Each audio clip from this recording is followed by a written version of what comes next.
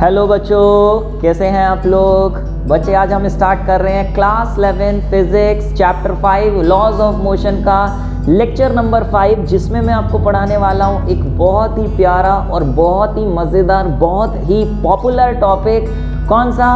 Apparent weight of a body in a lift. जी हाँ, आप लोगों ने बुक में देखा होगा या कई बार सुना होगा कि कभी भी कोई बॉडी अगर किसी लिफ्ट में है तो उसका जो वेट होता है, जनरली वेट का फॉर्मूला आपने पढ़ा है W=mg। जो वेट होता है वो वेट चेंज हो जाता है अगर ये बॉडी किसी लिफ्ट में खड़ी है और ये लिफ्ट किसी पर्टिकुलर एक्सेलरेशन से ऊपर या नीचे अगर मूव करे तो हमारी बॉडी के वेट में चेंज आता है। वही जो वेट होता है उसे एपरेंट वेट कहते हैं। क्या है ये एपरेंट वेट की डिटेल, कैसे क्यों चेंज आता है, कैसे निकालें उसको, कैसे फील करें, ये पूरा बहुत ही अच्छे तरीके से आज मैं इस लेक्चर में बताने वाला हूँ। अगर आपने पीछे के लेक्चर्स अटेंड नहीं करे हैं, 4 लेक्चर्स हो चुके हैं, तो आप नीचे डिस्क्रिप्शन बॉक्स में दिए गए चारों लेक्चर्स के लिंक्स पे क्लिक करके आप पीछे का लेक्चर देख सकते हैं। फिलहाल तैयार हो जाइए आज का लेक्चर अटेंड करने के लिए। दोस्तों, मैं हूँ Vaibhav Agrawal and welcome to your प्यारा सा चैनल फिजिक्स ब्रो। तो बात है कि apparent weight of a body क्या होता है। Apparent weight of a body से पहले ये तो जान लीजिए कि वेट क्या चीज़ होती है। वेट क्या होती है आप पढ़ते हुए आ रहे हैं। मैंने आपको बताया था वेट क्या चीज़ होती है। कोई भी ये इस तरीके से एक बॉडी है, बॉडी अर्थ के ऊपर कहीं भी प्रेजेंट है तो अर्थ उसे अपनी तरफ खींचती है। अर्थ किसी भी बॉडी पे एक ग्रेविटेशनल फोर्स लगाती है। वो ग्रेविटेशनल फोर्स जो अर्थ किसी भी बॉडी पे अपनी तरफ लगाती है toward the centre of the earth, earth मान ले नीचे है, तो जिस फोर्स से अर्थ किसी भी बॉडी को अपनी तरफ खींचती है उसी फोर्स को हम कहते हैं weight. Weight is the force with which earth attracts any body towards its centre. लेकिन बात आई फॉर्मूला क्या होगा वेट का, पढ़ चुके हैं। फोर्स का जनरली फॉर्मूला होता है ma, लेकिन बॉडी में जो एक्सेलरेशन होगी वो ड्यू टू ग्रेविटी होगी और उसको a से डिनोट करने की बजाय g से डिनोट कर सकते हैं, तो वेट का फॉर्मूला बन जाता है mg, जो आपने पढ़ रखा है। तो वेट होता है mg।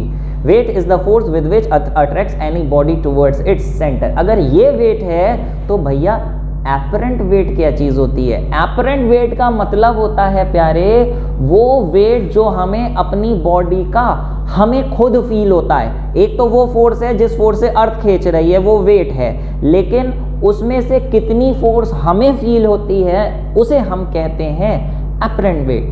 बोले सर समझ में नहीं आया। सर जितनी फोर्स से अर्थ खींचेगी सर हमें भी तो उतनी ही फील होगी। चलिए क्या डिफरेंस है वो भी आपको समझा देते हैं, आपको भी फील करा देते हैं, लेकिन पहले डेफिनेशन नोट करो।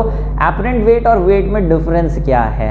देखिए प्यारे, लिखा हुआ it is the force with which earth attracts any body towards its centre, लेकिन एपरेंट वेट क्या है? It is the force generally normal reaction exerted by the surface in contact with the body on the body due to its weight. क्या होता है बेटा apparent weight? क्या होता है? मैंने कहा जो हमें फील होता है, जो हम पे फोर्स लगती है, हमें जो फील होती है। क्या होता है, हम जैसे ग्राउंड पे खड़े हुए हैं, ध्यान से सुनना, हम जब ग्राउंड पे खड़े हुए हैं तो हम अपने वेट की वजह से कुछ फोर्स ग्राउंड पे लगाते हैं। ग्राउंड पे जब लगाते हैं तो न्यूटन थर्ड लॉ की वजह से to every action there is an equal and opposite reaction. हम अगर ग्राउंड पे फोर्स लगाते हैं तो ग्राउंड हम पे फोर्स लगाता है, वो भी इक्वल एंड ऑपोजिट। अगर ये बॉडी ग्राउंड पे रखी हुई होती बजाय हवा में टंगे होने के, तो ये बॉडी का वेट नीचे की तरफ लगता किसी सरफेस पे, अगर सरफेस पे रखी हुई है, ये वेट इस सरफेस पे लगता। तो न्यूटन थर्ड लॉ से अगर ये बॉडी कुछ फोर्स सरफेस पे लगाती है, ग्राउंड पे लगाती है, तो ग्राउंड इस पे फोर्स लगाएगा किस डायरेक्शन में? ऑपोजिट डायरेक्शन में, जिसे हम नॉर्मल रिएक्शन या फिर सिर्फ रिएक्शन कहते हैं। ऑपोजिट तो होगा, साथ साथ में इक्वल भी होगा किसके?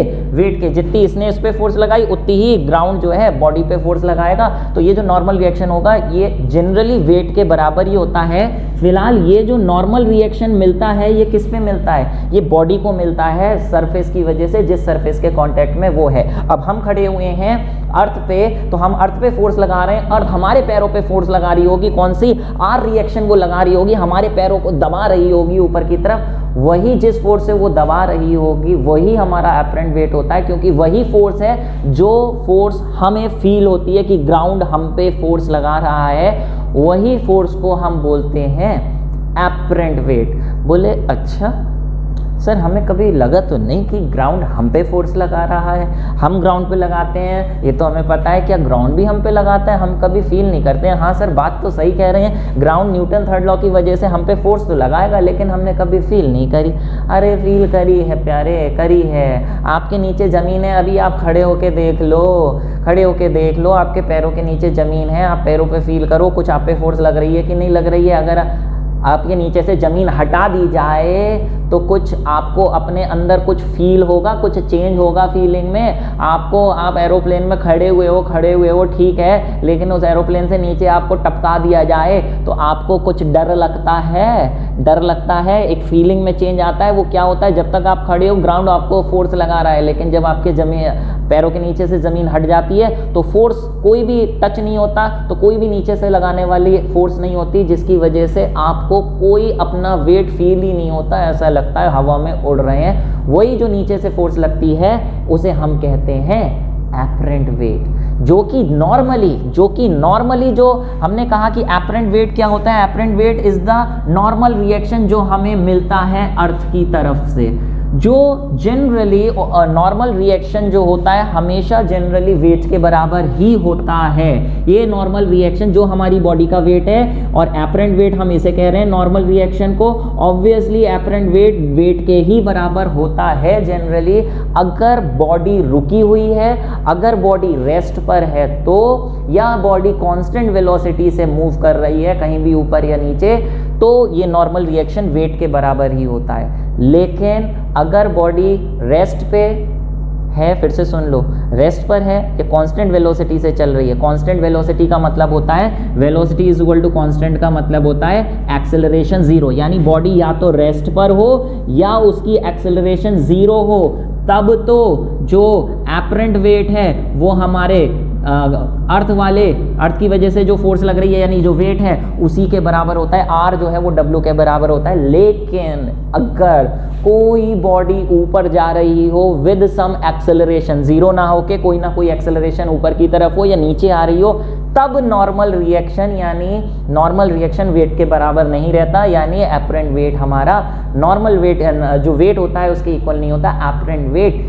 चेंज हो जाता है। वही क्या चेंज हो जाता है, कितना हो जाता है, क्यों हो जाता है, यही आज के लेक्चर का टॉपिक है, जिसमें आपको हम फील भी कराएंगे। हाँ कहोगे हाँ सर चेंज तो होता है। अब समझ में आया कि हम जो वो फील करते थे वो फील एक्चुअली हमारा एपरेंट वेट में चेंज आने का फील होता था। क्या, वो हम देखेंगे। तो ये नोट कर लीजिए जरा प्यारे कि if the body is stationary, or body is moving with constant speed and the acceleration is zero, the value of apparent weight is equal to weight of the body। apparent weight में कोई change नहीं आता, लेकिन हाँ if body is accelerating upward या downward with some acceleration then apparent weight of the body changes। तो प्यारे ये नोट कर लीजिए, बहुत प्यार से बता रहा हूँ आपको, बहुत इंपॉर्टेंट टॉपिक है, बहुत गहराई में जाके बता रहा हूँ कि एपरेंट वेट एक्चुअली क्या चीज़ होती है और क्यों चेंज होता है, कितना होता है, वो सारी चीज़ें अभी हम करने वाले हैं। ये नोट करिए, फिर बढ़ते हैं आगे।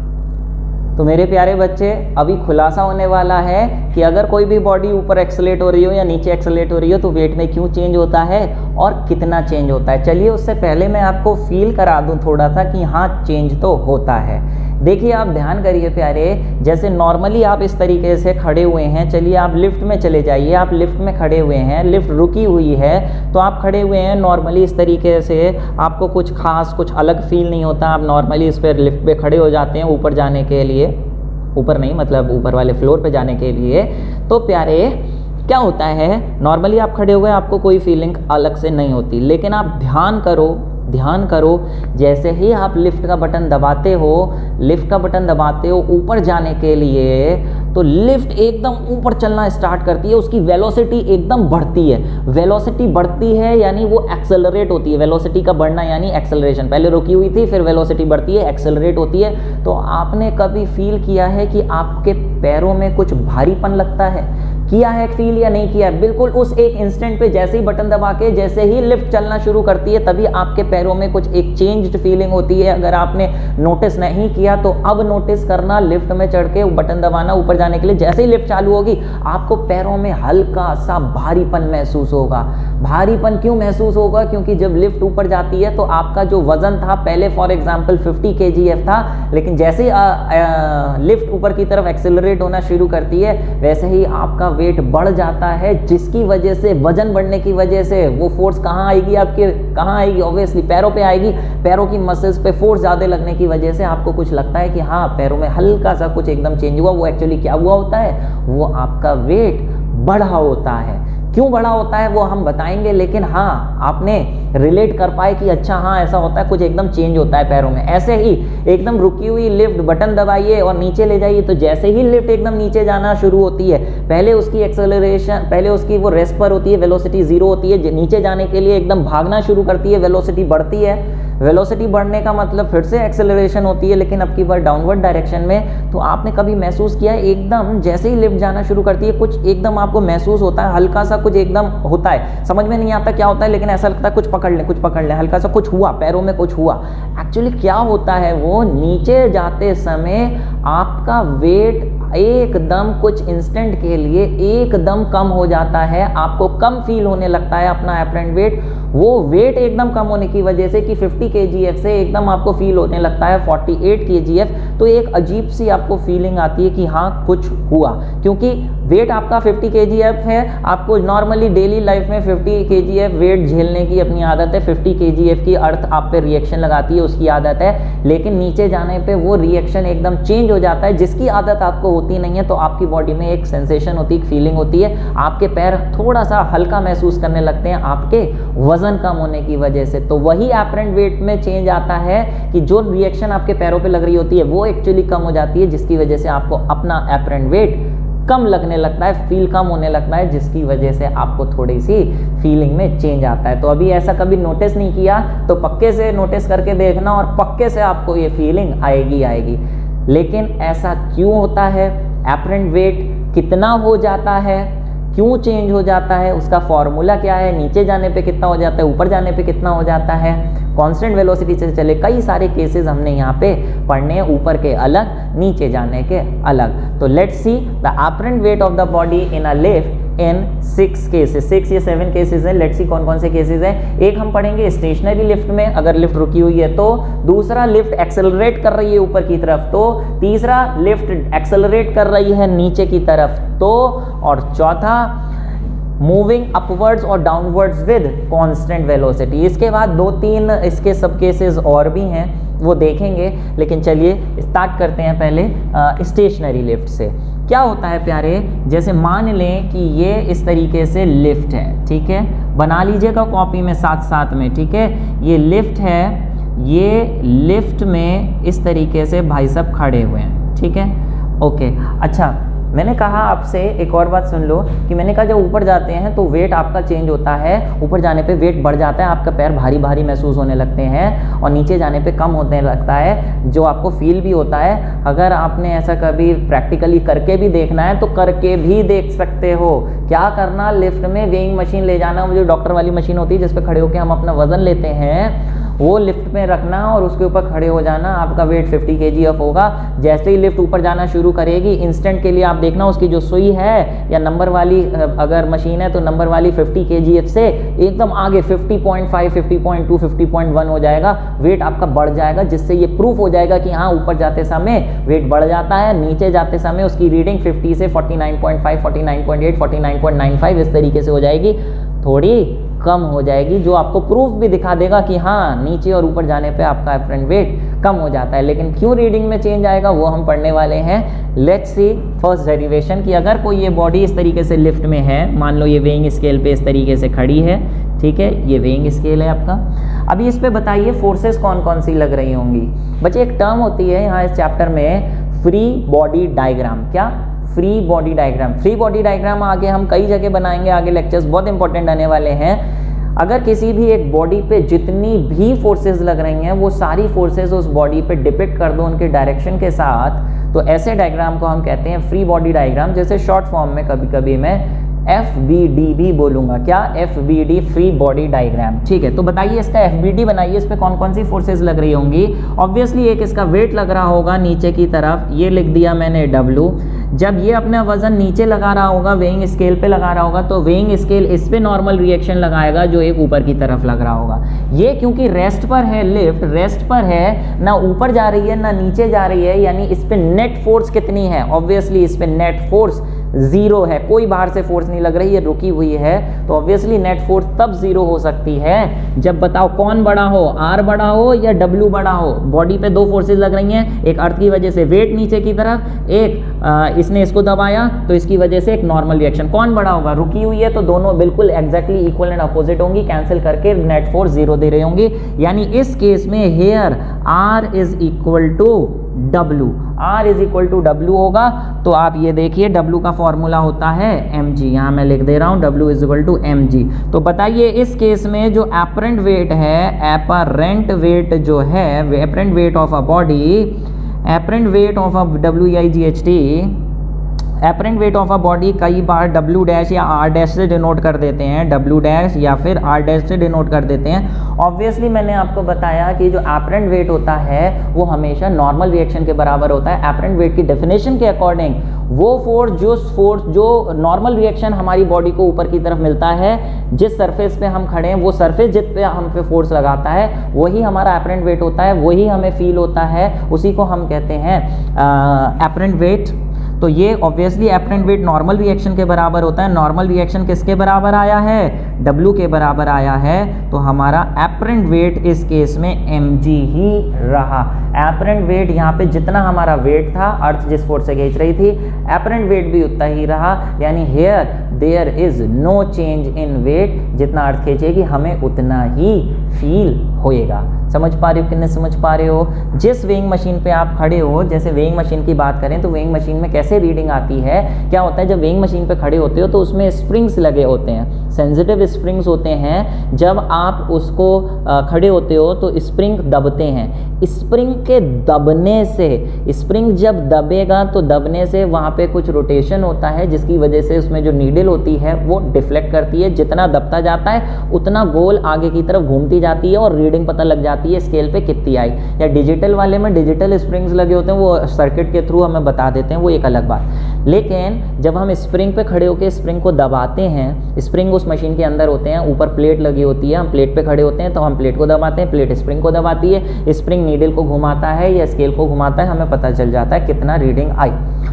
लेकिन जब स्प्रिंग दबेगा भैया, तो किसी भी स्प्रिंग को अगर दबाओगे तो वो वापस से खुलना चाहेगा बेटा। जब वो खुलना चाहेगा, ऊपर की तरफ खुलना चाहेगा, तो ऊपर हमारे पैरों पे फोर्स लगाएगा, वही नॉर्मल रिएक्शन है। और जितनी वो फोर्स लगाएगा वही एपरेंट वेट होता है जो हमें फील होता है। अगर मान लें कि हमारे पैरों के नीचे से ज़मीन हट जाए तो भैया नीचे से ऊपर की तरफ फोर्स लगाने वाला हमारे पैरों पे कौन होगा?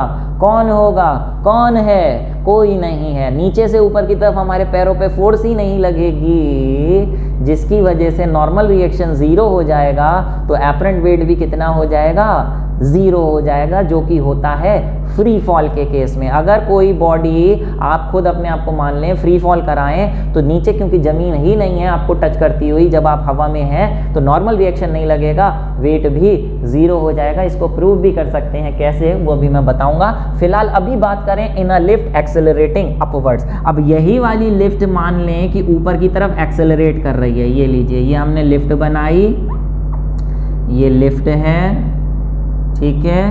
ये भाई साहब मिस्टर एक्स खड़े हैं, ठीक है, ओके, ठीक है। अभी ये एक वेइंग मशीन पे खड़े हुए हैं इस तरीके से, ये रीडिंग का स्केल बना है। बताइए इसका FBD बना है, इस पे पहली फोर्स लगेगी इस पे नीचे की तरफ, इसका वेट जो कि कितना होगा? mg। जो ये वेट लगाएगा तो फिर एक नॉर्मल रिएक्शन भी लगेगा R। लेकिन ये लिफ्ट ऊपर की तरफ एक्सेलरेट कर रही है, लेट से A एक्सेलरेशन से ऊपर जा रही है। क्योंकि भैया ये ऊपर जा रही है तो बताओ R और W क्या इस केस में इक्वल होंगे?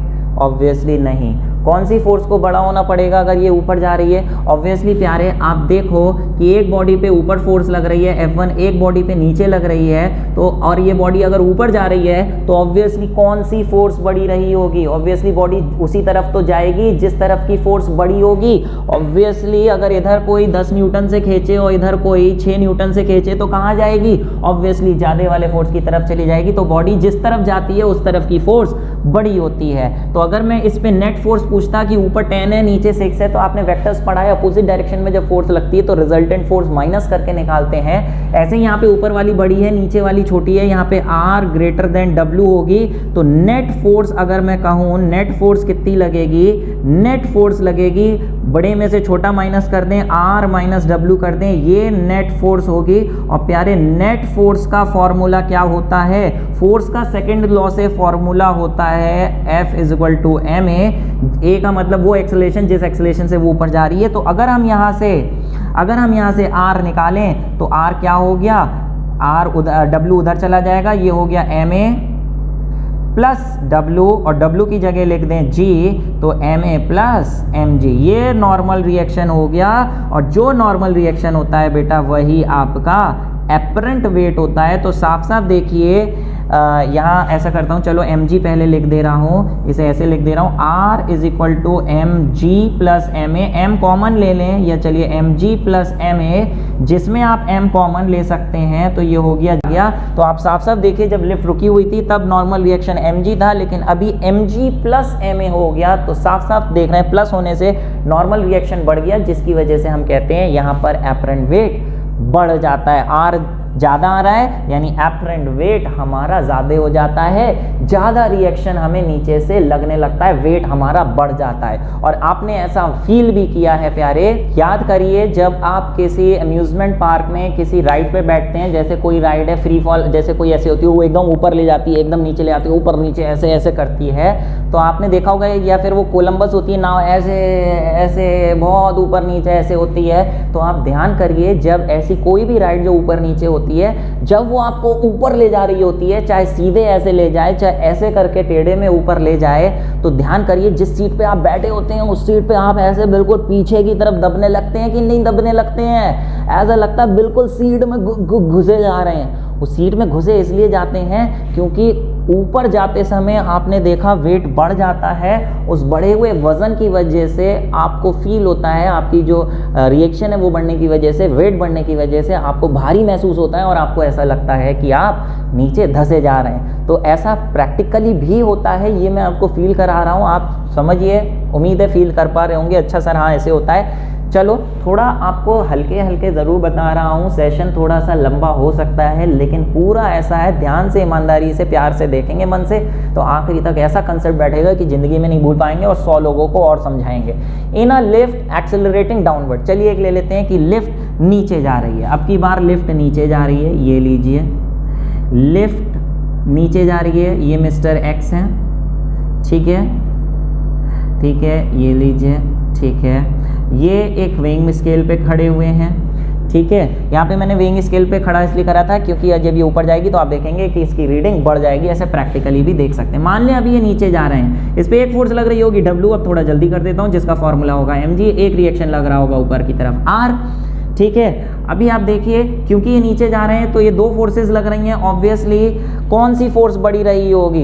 बॉडी ऊपर मूव कर रही थी तो ऊपर वाली फोर्स ज़्यादा होगी, बॉडी नीचे मूव करेगी तो कौन सी फोर्स बड़ी होगी? मैं इस पेन को ऐसे खींचूं, एक नीचे एक ऊपर, ये नीचे जाए, ऑब्वियसली नीचे तब जाएगा जब नीचे वाली फोर्स बड़ी होगी। ऑब्वियसली यहाँ पे W will be greater than R, यानी R छोटा होगा। तो रिजल्टेंट फोर्स अगर हम निकालें, नेट फोर्स अगर हम यहाँ पे निकालें, तो नेट फोर्स विल बी बड़ी फोर्स माइनस स्मॉलर फोर्स, यानी W माइनस R, बड़ी माइनस छोटी, बड़ी माइनस छोटी। और नेट फोर्स का फॉर्मूला होता है ma, तो नेट फोर्स की जगह मैंने ma लिख दिया। तो यहाँ से अगर हम R निकालें, R उधर ले जाएं, ma इधर ले आएं, तो यहाँ पे डायरेक्ट लिख रहा हूँ R is equal to W minus ma हो जाएगा। W माइनस ma का मतलब mg माइनस ma हो जाएगा, W की जगह mg लिख दिया। तो ये लीजिए, जिसमें हम m कॉमन ले सकते हैं, g माइनस a आ गया, ये नॉर्मल रिएक्शन का फॉर्मूला आ गया। और ये जो नॉर्मल रिएक्शन होता है यही हमारा एपरेंट वेट होता है, आपको मालूम है। तो जैसे एपरेंट वेट पहले mg था जब रुकी हुई थी, लेकिन यहाँ पे mg माइनस ma आ गया, और माइनस आने का मतलब ये है कि एपरेंट वेट हमारा यहाँ पे कम हो गया। आपने देखा होगा जब वही वाला झूला बहुत तेजी से नीचे आता है तो ऐसा लगता है ऊपर उड़ रहे हैं, ऊपर उड़ रहे हैं, ऐसा लगता है अरे सीट से निकल जाएंगे, पकड़ लो। क्यों? इसलिए क्योंकि आपका नीचे आते समय वेट कम हो जाता है, आप अपने आप को बहुत हल्का फील करते हो, ऐसा लगता है कि आप उड़ जाओगे। तो बात समझ पा रहे हो? नीचे जाते समय वेट कम हो जाता है, कम हो जाता है। एक्चुअली इसकी वजह ये है कि जब आप ऊपर जा रहे होते हो तो ऊपर जाने की वजह से, जैसे मैंने आपको बताया कि आप नीचे धंसते हो तो आप जिस सीट पे बैठे हो उसको दबाते हो और ज़्यादा फोर्स से, और उसे दबाने की वजह से नॉर्मल रिएक्शन भी फिर आपको ज़्यादा मिलता है, जिसकी वजह से वेट बढ़ जाता है। और यहाँ उल्टा होता है, अगर आप नीचे जा रहे हो, अभी आप खड़े हुए हो तो ज़मीन को दबा रहे हो, या जिस ज़मीन पर खड़े हो उसे दबा रहे हो, लेकिन अगर दोनों चीज़ें नीचे जाती जाएं तो उतनी फोर्स से आप इसे नहीं दबा पाते, क्योंकि ये भी नीचे जा रही है तो उतनी फोर्स से नहीं दबा पाते।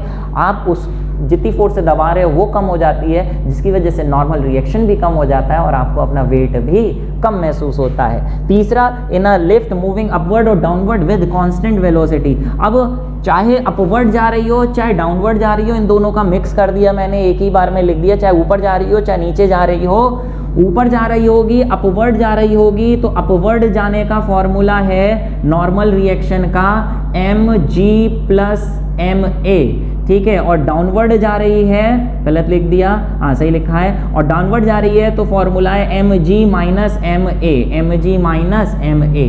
दोनों ही केस में अगर कांस्टेंट वेलोसिटी है, रुकी हुई नहीं कह रहा हूँ, कांस्टेंट वेलोसिटी से ऊपर जा रही है, नीचे आ रही है, तो भैया एक्सेलरेशन जीरो होगी। और दोनों ही फॉर्मूले में अगर एक्सेलरेशन जीरो डाल दो तो चाहे अप जाए चाहे डाउन जाए, नॉर्मल रिएक्शन का फॉर्मूला दोनों जगह जीरो जीरो डालने से सिर्फ mg बचेगा, mg बचेगा, जिसका मतलब there will be no change in weight. जब रुकी हुई थी तब जो वेट था, चल रही है तब भी वेट होगा, अगर कांस्टेंट वेलोसिटी से चल रही है तो कोई वेट में चेंज नहीं होगा। इसीलिए जो मैंने लिफ्ट का आपको एग्जांपल बताया था, फिर से गौर फरमाओ और फील करना स्टार्ट करो। मैंने कहा था जैसे ही आप बटन ऑन करोगे और जैसे ही लिफ्ट ऊपर जाना शुरू होगी, एक इंस्टेंट के लिए आपको पैरों में कुछ महसूस होगा जैसे ही ऊपर जाना शुरू करेगी, लेकिन ऊपर जाते जाते जब नॉर्मली चलने लगती है फिर आपके पैरों में कुछ महसूस नहीं होता, सिर्फ स्टार्ट होते समय और सिर्फ रुकते समय तब ही फील होता है। क्यों? क्योंकि जब आपने बटन दबा के ऊपर स्टार्ट किया जाना तो क्या हुआ, लिफ्ट पहले रुकी हुई थी, ध्यान से समझना, और रुके होने पर उसकी वेलोसिटी जीरो थी। स्विच ऑन करेंगे एकदम वेलोसिटी बढ़ेगी, 0 1 2 3 4 5, वेलोसिटी बढ़ेगी, एक्सेलरेशन होगी, वेट में चेंज आएगा। लेकिन जब उसकी वेलोसिटी 0 1 2 3 4 5 हो गई, अब मान लें वो 5 की स्पीड से चल रही है, 5 5 5 5 5 5 कांस्टेंट वेलोसिटी से चल रही है, तो वेट में कोई चेंज नहीं होगा, इसलिए आपको उस समय कुछ भी फीलिंग नहीं आएगी, नॉर्मल फील करोगे। लेकिन फिर जब रुकने वाली होगी ऊपर वाले फ्लोर पे जाए तो उसकी वेलोसिटी कम होने लगेगी, वेलोसिटी कम होगी तो फिर से एक्सेलरेशन होगी, और फिर से एक्सेलरेशन होने पे फिर से वेट में चेंज आएगा। लेकिन कांस्टेंट वेलोसिटी जब बीच में चल रही होगी तब वेट में कोई भी चेंज नहीं होगा। तो उम्मीद है समझ गए होगे अच्छे से टॉपिक, ये नोट करो। इसके बाद 2-3 केसेस और हैं, ये नोट कर लो, फिर इसके आगे का समझाता हूँ। ओके प्यारे, देखिए बहुत ही बढ़िया बात करने लगे हैं अब। ये आपने एक केस पढ़ा कि जब लिफ्ट नीचे जा रही है, लिफ्ट इज एक्सेलरेटिंग डाउनवर्ड्स, तब आपने वेट का फॉर्मूला पढ़ा। अगर मान लें कि ये इस तरीके से मिस्टर एक्स यहाँ खड़े हुए हैं, ठीक है, हाथ लहराते हुए बालों के साथ इस तरीके से, ठीक है, तो यहाँ पे नॉर्मल रिएक्शन यानी एपरेंट वेट का फॉर्मूला आपने पढ़ा, डाउनवर्ड एक्सेलरेट कर रही है तो नीचे जाते समय वेट कम हो जाता है, वेट कम होके हो जाता है mg माइनस a, ये पढ़ा, weight decreases, weight apparent weight decreases, apparent weight decreases, ठीक है। अच्छा, लेकिन मान लें इसके 2 स्पेशल केसेस आ रहे हैं कि बॉडी नीचे तो जा रही है लेकिन फ्री फॉल कर रही है। फ्री फॉल का मतलब जैसे कि ये ऊपर से नीचे बॉडी आ रही है, ऐसे छोड़ दें तो फ्री फॉल कर रही है। और प्यारे, नीचे आते समय अगर कोई बॉडी फ्री फॉल करती है तो इस केस में उसकी एक्सेलरेशन कितनी हो जाती है, g के बराबर हो जाती है, 9.8 हो जाती है। उस केस में अगर इसी फॉर्मूले में नीचे आते समय नॉर्मल रिएक्शन का फॉर्मूला लगाएं mg माइनस a, तो प्यारे यहाँ एक ही जगह अगर आप g लिख दो, g माइनस जी 0 होता है तो नॉर्मल रिएक्शन 0 हो गया, which implies that apparent weight of the body becomes zero. apparent weight 0 हो जाएगा, body will feel weightless, body बिल्कुल वेटलेस फील करेगी उसके। आप ऐसा इसलिए होगा कि जैसे मान लें कि ये जमीन, लिफ्ट की ज़मीन है, इस पे खड़ी हुई ये बॉडी है, अगर फ्री फॉल करने लगे प्यारे तो ऑब्वियसली दोनों एक साथ गिरेंगे, दोनों जितनी तेज़ी से ये गिरेगा उतनी तेज़ी से ये गिरेगा, एक साथ गिरेंगे तो प्यारे जो बॉडी है, जो मिस्टर एक्स हैं, वो अपना वजन इस पर डाल ही नहीं पाएंगे, मतलब वजन डलेगा भी तो ये इस पर रिएक्शन नहीं दे पाएगी। भाई एपरेंट वेट वो होता है जितना रिएक्शन हमें मिलता है, रिएक्शन तो तब मिलेगा ना जब ये रुकी हुई हो, ये फिक्स पोजीशन पे हो तो ये इस पे फोर्स लगाएगा ऐसे, तो ये इस पे फोर्स लगाएगा, नॉर्मल रिएक्शन। लेकिन प्यारे अगर ये चीज़ रुकी हुई नहीं है तो अपना वजन ये इस पे डालेगा भी तो ये तो नीचे चली जाएगी ना, क्योंकि फ्री है, रुकी होती तो धक्का मारती, रिएक्शन देती, फ्री है तो नीचे चली जाए, रिएक्शन ही नहीं मिलेगा तो एपरेंट वेट भी 0 हो जाएगा। आपको ऐसा लगेगा बिल्कुल हम वेटलेस हो गए, बॉडी आपके पैर के टच में कोई चीज़ होएगी ही नहीं। बात समझ पा रहे हो कि नहीं समझ पा रहे हो? जैसे झूला होता है फ्री फॉल, उसमें ये होता है, और ये करके भी देख सकते हो, करके देखोगे, करके एक्सपेरिमेंट देख सकते हो। क्या करना, लिफ्ट में जाना, वेइंग स्केल लेके और आप उसमें बटन दबाना, सबसे ऊपर वाली 100वीं मंजिल पे पहुंच जाना और वहां जाके क्या करना, वेइंग मशीन पे खड़े होना और किसी से कहना कि भैया इसका तार लिफ्ट का काट दो, लिफ्ट जिस तार से टंगी हुई है काट दो। और जैसे ही लिफ्ट का तार, रस्सी कटेगी, लिफ्ट क्या होगी, फ्री फॉल होने लगेगी। ये गिरी कितनी तेज़ी से फ्री फॉल होगी तो आप देखोगे कि जिस मशीन पे आप खड़े थे, बोले सर ने बताया था फ्री फॉल में एपरेंट वेट 0 हो जाता है, चलो एक्सपेरिमेंट करके देखें 0 होता है नहीं होता है। तो वो जिस वेइंग स्केल पे आप खड़े थे जरा उस पर रीडिंग देखना, अरे उस पर रीडिंग आपकी 0, नीडल बिल्कुल 0 पे आ जाएगी, प्रूफ हो जाएगा भैया फ्री फॉल करते समय एक्सपेरिमेंट भी हमने कर लिया, बिल्कुल वेटलेस हो जाता है। तो लिफ्ट तो जाएगी नीचे और आप जाओगे सीधे ऊपर। तो करके मत देखना, एग्जाम्पल बता रहा हूँ, ऐसा करो तो ऐसा होगा हाइपोथेटिकली, ठीक है। फिलहाल एक और इसका केस देख लो प्यारे। एक तीसरा है, एक्सेलरेट तो कर रही है downward but with an acceleration greater than g, यानी नीचे जो एक्सेलरेट कर रही है वो कर रही है ग्रेटर देन जी से, जिससे क्या होगा, नीचे जाते समय एपरेंट वेट का फॉर्मूला होता है mg माइनस ए में फॉर्मूला होता है नीचे जाते समय बच्चे। इफ ए ग्रेटर देन जी होगा, मतलब जी छोटा होगा, छोटे में से बड़ा माइनस करो तो आप देखो रिएक्शन का साइन कैसा आएगा, नेगेटिव आ जाएगा कि नहीं आ जाएगा, छोटे में से बड़ा माइनस का आर की वैल्यू नेगेटिव में आ जाएगी। और रिएक्शन नेगेटिव आने का क्या मतलब है, ये एपरेंट वेट होता है प्यारे, एपरेंट वेट जो भी होता है, आप देखें एपरेंट वेट जनरली आप नीचे की तरफ फील करते हो, एपरेंट वेट नीचे की तरफ फील करते हो, और अगर वो एपरेंट वेट का साइन नेगेटिव हो गया यानी उसका डायरेक्शन बदल जाएगा।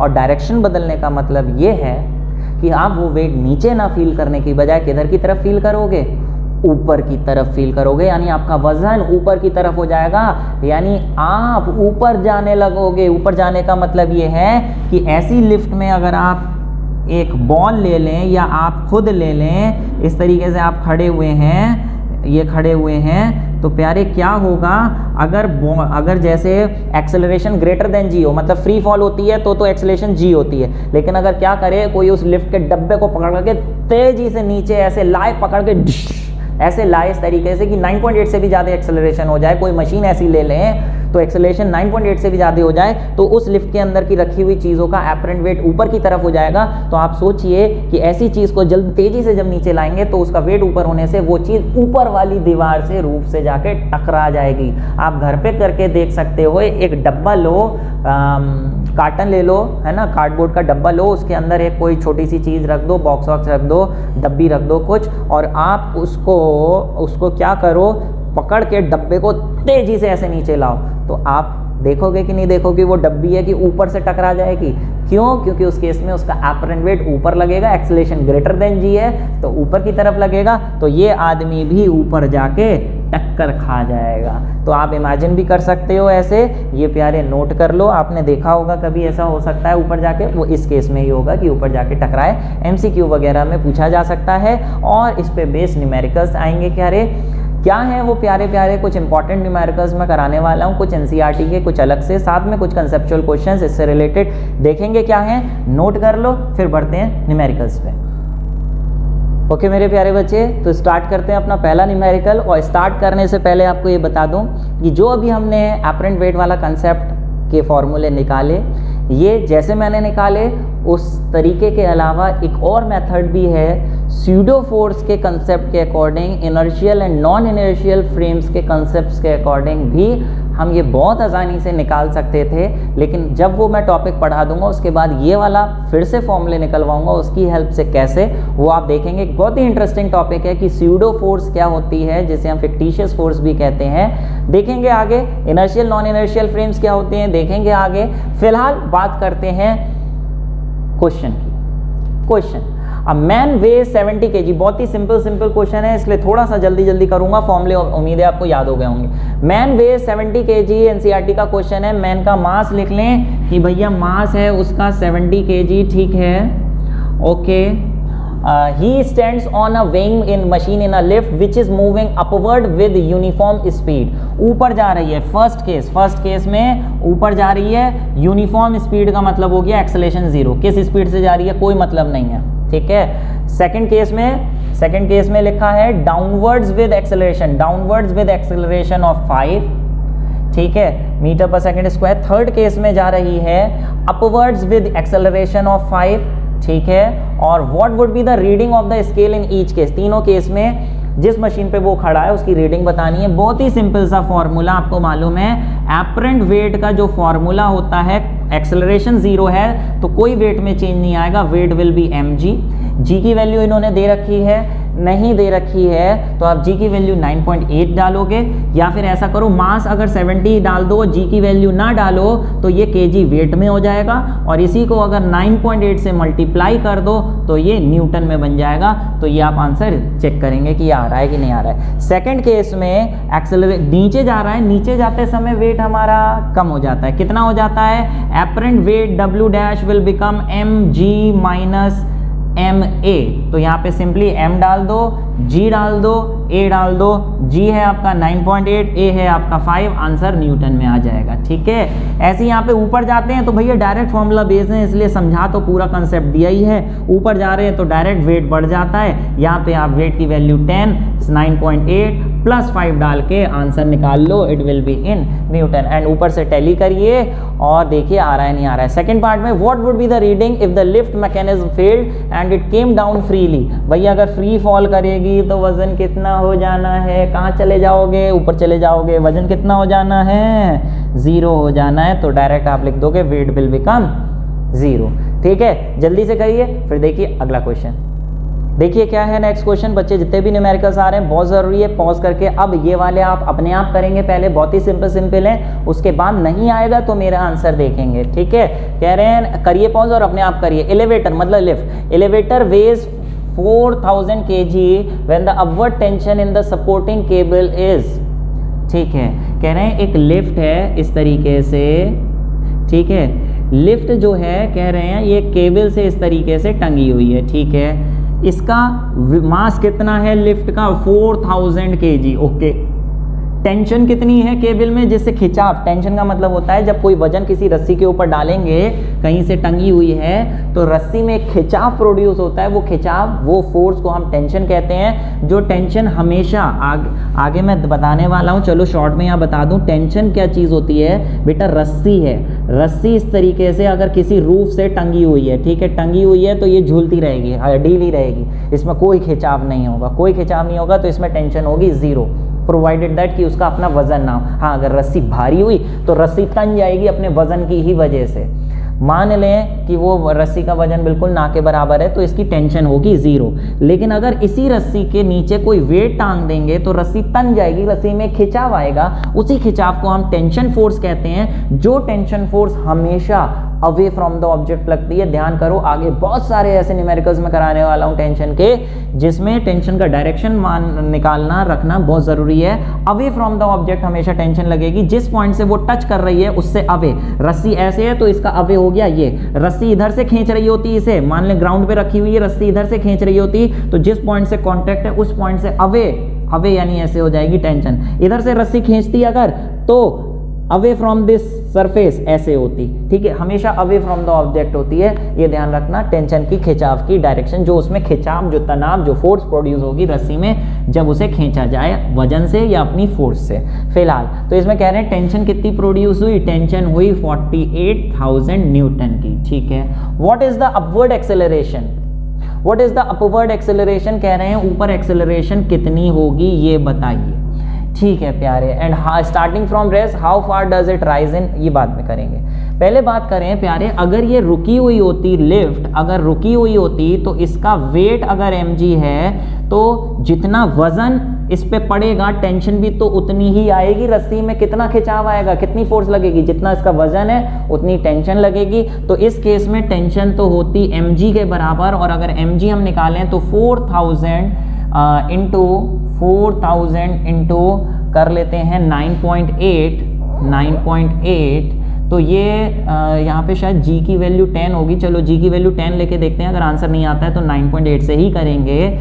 g की वैल्यू 10 ले लें तो ये हो गया आपका 40,000 न्यूटन, ठीक है, 40,000 न्यूटन। लेकिन आप देखिए रुकी हुई है तो टेंशन 40,000 है, लेकिन अगर लिफ्ट ऊपर एक्सेलरेट कर रही है तो ऊपर जाने पर बॉडी का वेट बढ़ जाता है, और अगर वजन बढ़ेगा प्यारे, वजन बढ़ेगा तो टेंशन भी तो बढ़ेगी, रस्सी में ज़्यादा खिंचाव आएगा। जितना ज़्यादा वजन होगा तो कह रहे हैं कि टेंशन में टेंशन आ गई इतनी, यानी इसका एपरेंट वेट W डैश भी कितना हो गया होगा, 48,000 इसका एपरेंट वेट हो गया होगा। जितनी टेंशन उतना इसका वजन, तो उसके हिसाब से पूछ रहे हैं कितनी एक्सेलरेशन से ऊपर गई होगी कि इतना एपरेंट वेट हो जाए। आपको मालूम है एपरेंट वेट का फॉर्मूला ऊपर जाते समय होता है mg प्लस a, यहाँ पर आप डाल दीजिए इस तरीके से, m आपको दे रखा है 40, g 10 ले लो, एक्सेलरेशन a ये निकालनी है हमें। ऐसा करने पर 0 से 0 कट गया, सॉरी 40 था, 40 नहीं था भैया, 4,000 है, 4,000 ले लो। यहाँ पे ऐसा करना है 3 0 से 3 0 कट गए,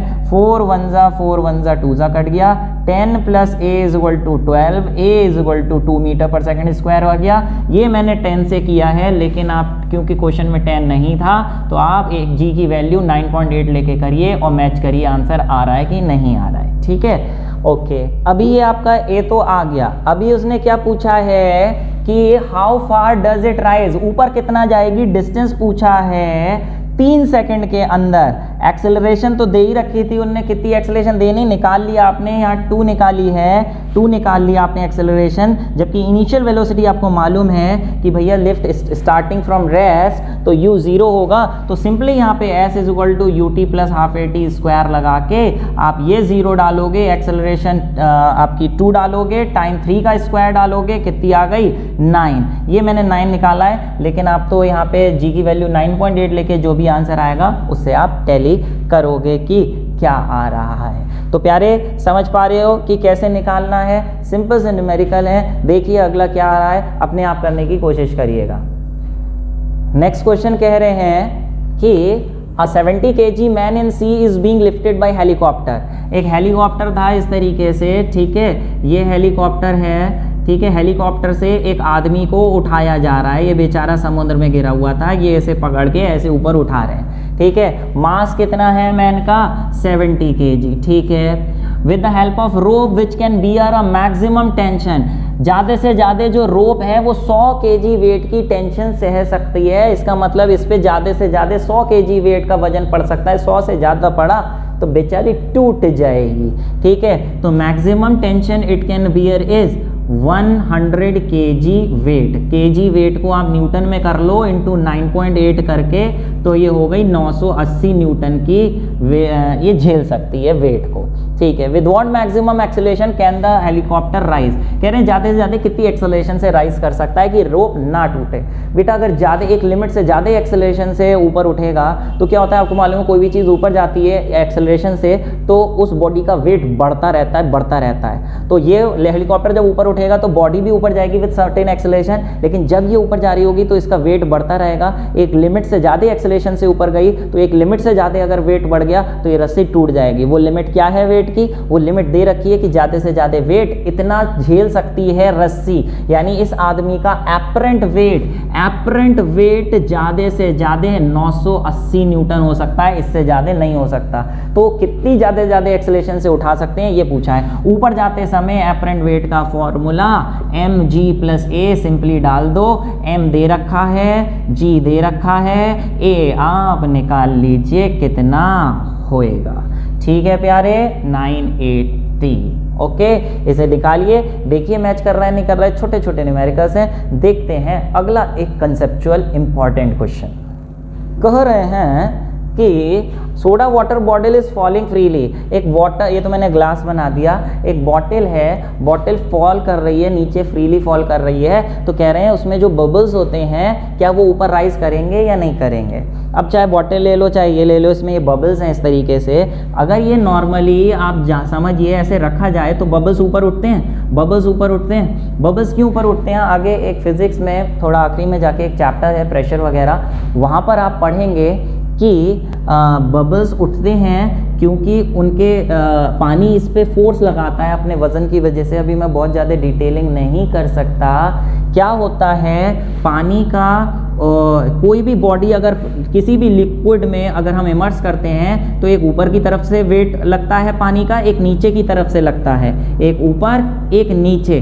ठीक है ना, जितना गहराई में जाते जाते हैं उतना ज़्यादा फोर्स बढ़ती जाती है। तो नीचे की तरफ से जो फोर्स लग रही है, नीचे वाला पॉइंट ज़्यादा गहराई में है बजाय ऊपर वाले पॉइंट के। ऊपर वाला कम गहराई पे, नीचे वाला ज़्यादा गहराई पे, तो नीचे वाले पे ज़्यादा फोर्स लगती है। इस वजह से कोई भी चीज़ अपथ्रस्ट की वजह से ऊपर आती है। लेकिन प्यारे ये ऊपर आती है जिसकी वजह से बबल्स भी ऊपर आते हैं। लेकिन अगर कोई फ्री फॉल कर रहा है तो वो तो वेटलेस हो जाता है, वेटलेस हो जाता है। कोई फोर्स ज़्यादा कोई फोर्स कम की बात ही नहीं होगी। दोनों पॉइंट्स पे एक सी फोर्स लगने की वजह से, वेटलेस होने की वजह से वो बबल्स ऊपर नहीं उठेंगे। मुझे मालूम है ये वाला आंसर ज़्यादा अच्छा समझ में आपको नहीं आया होगा, ऊपर नीचे की जो मैंने बात करी, क्योंकि वो जब हम चैप्टर पढ़ेंगे अपथ्रस्ट वाला, प्रेशर वाला, तो अच्छे से समझ में आएगा। हाँ, किसी ने 9th क्लास में प्रेशर वाला, अपथ्रस्ट वाला पार्ट कर रखा है तो वो थोड़ा सा रिलेट कर पाएगा कि मैंने क्या बोला। ठीक है, let's see to the next numerical. तो मेरे प्यारे, ये आ गया है आपके सामने, आ रहा है ये आज के लेक्चर का लास्ट क्वेश्चन। न्यूमेरिकल नहीं है, कंसेप्चुअल क्वेश्चन है, बहुत ही बढ़िया क्वेश्चन है। ध्यान से समझिए क्या है। बोल रहे हैं एक बर्ड है, इसे नोट कर लीजिएगा प्यारे। एक बर्ड है, एक केज में बैठी हुई है। ठीक है, केज के अंदर बैठी हुई है। तो और वो केज को हमने किसी वेइंग स्केल पे रखा हुआ है या हाथ में पकड़े हुए हैं। तो हमारे हाथ पे या वेइंग स्केल पे उस केज का वजन भी आएगा और उसमें बैठी हुई चिड़िया का भी वजन आएगा। मान लें केज 3 किलो का है और चिड़िया 5 किलो की है, तो टोटल वेइंग स्केल कितना वेट दिखाएगा? 8 kgf का वेट दिखाएगा। 3 + 5 = 8 kgf। ध्यान रखना, चिड़िया 5 किलो की थी तो 5 kgf का वेट दिखाएगा। ठीक है, चिड़िया बैठी हुई थी केज के अंदर। अभी क्वेश्चन ये है कि बताइए कि अगर चिड़िया उड़ने लगे ऊपर की तरफ, चिड़िया ऊपर की तरफ उड़ने लगे तो क्या वेइंग स्केल के वेट पे कोई फर्क आएगा? पहला क्वेश्चन ये। दूसरा क्वेश्चन कुछ एक्सेलरेशन का दे रखा है, उसको हम आगे डिस्कस करेंगे। क्वेश्चन ये है कि एक इस तरीके से केज था, उसके अंदर चिड़िया इस तरीके से बैठी हुई थी। ठीक है, चिड़िया बैठी हुई थी, बना लेना। ठीक है, चिड़िया ही मान लो, चिड़िया है। ठीक है, अभी ये 5 किलो की थी, ये केज 3 किलो का था, तो वेइंग स्केल जो आएगा वो ऑब्वियसली 8 kgf का वेट। अब चिड़िया उड़ के हवा में यहाँ पे उड़ने लगे, अगर इसे छोड़ के इसके सरफेस को छोड़ दे और उड़ने लगे तो क्या वेइंग स्केल की रीडिंग क्या हो जाएगी? क्या वो 3 kgf शो करेगा, यानी सिर्फ केज का वेट शो करेगा, या चिड़िया का वजन भी शो करेगा अगर वो हवा में उड़ रही है? फर्स्ट इंस्टेंस पे ऐसा लगता है कि सर चिड़िया तो हवा में आ गई, ज़मीन को तो टच ही नहीं कर रही है, केज को तो टच ही नहीं कर रही है, तो जो वेइंग स्केल है वो सिर्फ 3 किलो का वजन शो करेगा। जी हाँ, फर्स्ट इंस्टेंस में तो ऐसा ही लग रहा है, लेकिन असली बात सुन लो प्यारे, जो वेइंग स्केल पे वजन है, अगर चिड़िया उड़ने लगे तो वेइंग स्केल पे क्या वजन आएगा? पहली बात तो वो डिपेंड करेगा कि वो केज कैसा है। क्या केज चारों तरफ से बंद है, उसमें हवा आने जाने की भी जगह नहीं है, या फिर सलाखों वाला या जाली वाला केज है जिसमें हवा आर पार जा सकती है। जैसे एक एग्जाम्पल ले लूँ, ये बिल्कुल बंद डब्बा है, इसके अंदर चिड़िया उड़ने लगे तो, जिसमें हवा आर पार जाने का नहीं है। और दूसरा केज है इस तरीके से जो जाली का बना हुआ है जिसमें हवा आर पार जा सकती है, इसमें उड़ने लगे तो आंसर ये है, अगर इसमें उड़ेगी प्यारे तो वेट में कोई चेंज नहीं आएगा। इसमें उड़ेगी तो 5 और 3 मिला के वेइंग स्केल का 8 kg ही रहेगा। हवा में उड़ने लगे इसके अंदर तो भी, अगर बॉक्स को टच नहीं कर रही है तो भी 8 किलो ही रहेगा। हाँ, इसमें क्या रहेगा? इसमें कम हो जाएगा। ऐसा क्यों है जानिए। देखिए प्यारे, इसमें क्या होगा, अगर चारों तरफ से बंद है, चिड़िया का वजन 5 किलो था, अब वो उड़ेगी तो उड़ेगी कैसे? अपने पंख को ऐसे करेगी। पंख को जब ऐसे करेगी प्यारे, तो उसके अंदर की जो हवा है उसको वो नीचे की तरफ धक्का लगाएगी, और नीचे की तरफ कितनी फोर्स वो लगाए कि वो ऊपर उड़ पाए? ऑब्वियसली जितना उसका वजन है, 5 kgf का वजन है, तो उसे नीचे की तरफ हवा को भी 5 kgf से ऐसे धक्का मारेगी, तो वो 5 kgf की चिड़िया बेचारी ऊपर उड़ पाएगी। अब आप सोचो, चिड़िया तो हवा में उड़ गई ऊपर केज के अंदर, बंद केज के अंदर, लेकिन उसने जो हवा नीचे की तरफ मारी 5 kgf फोर्स लगा के, वो हवा जब नीचे टकराएगी तो प्यारे वो हवा का फोर्स जब नीचे लगेगा बॉक्स पे, 5 kgf की फोर्स बॉक्स पे लगी हवा की वजह से, और 3 kgf का बॉक्स खुद था, तो भैया 8 kgf ही तो रहेगा। उड़ने के लिए वो नीचे फोर्स लगाएगी, जिसकी वजह से जब बैठी थी तब भी नीचे 5 kgf की लग रही थी, उड़ेगी तब भी 5 kgf की नीचे की तरफ फोर्स लगेगी हवा से, तो वजन उसका वही शो होगा वेइंग स्केल पे। समझ पा रहे हो कि नहीं समझ पा रहे हो? इसमें ऐसा नहीं हो पाएगा। क्यों नहीं हो पाएगा? क्योंकि ये हवादार है, ये खुला हुआ है, तो इसमें तो जितनी भी हवा वो उसने मारी वो सारी की सारी फोर्स लगाएगी नीचे, कुछ बाहर एस्केप नहीं हो पाएगी। लेकिन ये खुली हुई है तो क्या होगा, थोड़ी बहुत हवा साइड में एस्केप हो जाएगी जाली की वजह से, जिसकी वजह से जो 5 kgf की हवा पे उसने फोर्स लगाई थी, वो 5 kgf की फोर्स पूरे तौर पे नीचे जमीन पे नहीं लग पाएगी, जिसकी वजह से वेइंग स्केल पे पूरी तरीके से 5 kgf की फोर्स ना लग के थोड़ी कम लगेगी, तो वेट भी पूरा ना आके थोड़ा सा कम आएगा, 8 ना आके थोड़ा सा कम आएगा, 7 या 6 आएगा। ये नहीं कि सिर्फ 3 ही रह जाएगा। चिड़िया का वजन 0 नहीं शो करेगा, कुछ ना कुछ तो शो करेगा अगर वो उड़ती रहे तो भी, ठीक है। लेकिन इसमें एक स्पेशल केस पूछ लिया है कि अगर flies upward with constant velocity, अब ये वो वाला क्वेश्चन आ गया कि ऊपर जाने पे नीचे जाने पे एपरेंट वेट क्या होता है। कांस्टेंट वेलोसिटी से अगर उड़ेगी तो एपरेंट वेट में कोई चेंज नहीं होता, आपको पता है, वो उतना ही शो करेगा। और फ्लाइज अपवर्ड विद एक्सेलरेशन, ऊपर एक्सेलरेट करती है तो वेट बढ़ जाएगा, तो रीडिंग भी बढ़ जाएगी, रीडिंग भी बढ़ जाएगी। अगर ऊपर की तरफ एक्सेलरेट करेगी ऐसे केज में तो रीडिंग बढ़ जाएगी। और फ्लाइज डाउनवर्ड, नीचे की तरफ डाउनवर्ड फ्लाई करेगी, नीचे जाएगी तो वेट कम हो जाता है नीचे जाते समय, और वेट भी कम हो जाएगा, तो रीडिंग 8 से कम हो जाएगी। और ये सारी बातें मैंने इसके लिए बताई हैं, उसके लिए क्या होंगी वो आप अज्यूम कर लोगे, ठीक है। फिलहाल उम्मीद है जो भी मैंने समझाया समझ में आ गया होगा। एक बहुत ही पॉपुलर क्वेश्चन है, दिमाग में रखना, ध्यान में रखना और दूसरे लोगों से पूछना कि इसका क्या आंसर होगा। फिलहाल आ रहा है आपके सामने आज का क्विज का क्वेश्चन प्यारे। ये एक एनसीईआरटी क्वेश्चन है, बहुत ही इंपॉर्टेंट क्वेश्चन है। एक बंदर भैया यहाँ पे रस्सी से ऊपर चढ़ रहे हैं, एक केस में ऊपर एक केस में नीचे। कोई क्वेश्चन आपको दे रखा है, 40 किलो का मंकी है, ये जो रस्सी है ये सिर्फ 600 न्यूटन की वजन सह सकती है, 600 से ज़्यादा हुआ तो टूट जाएगी।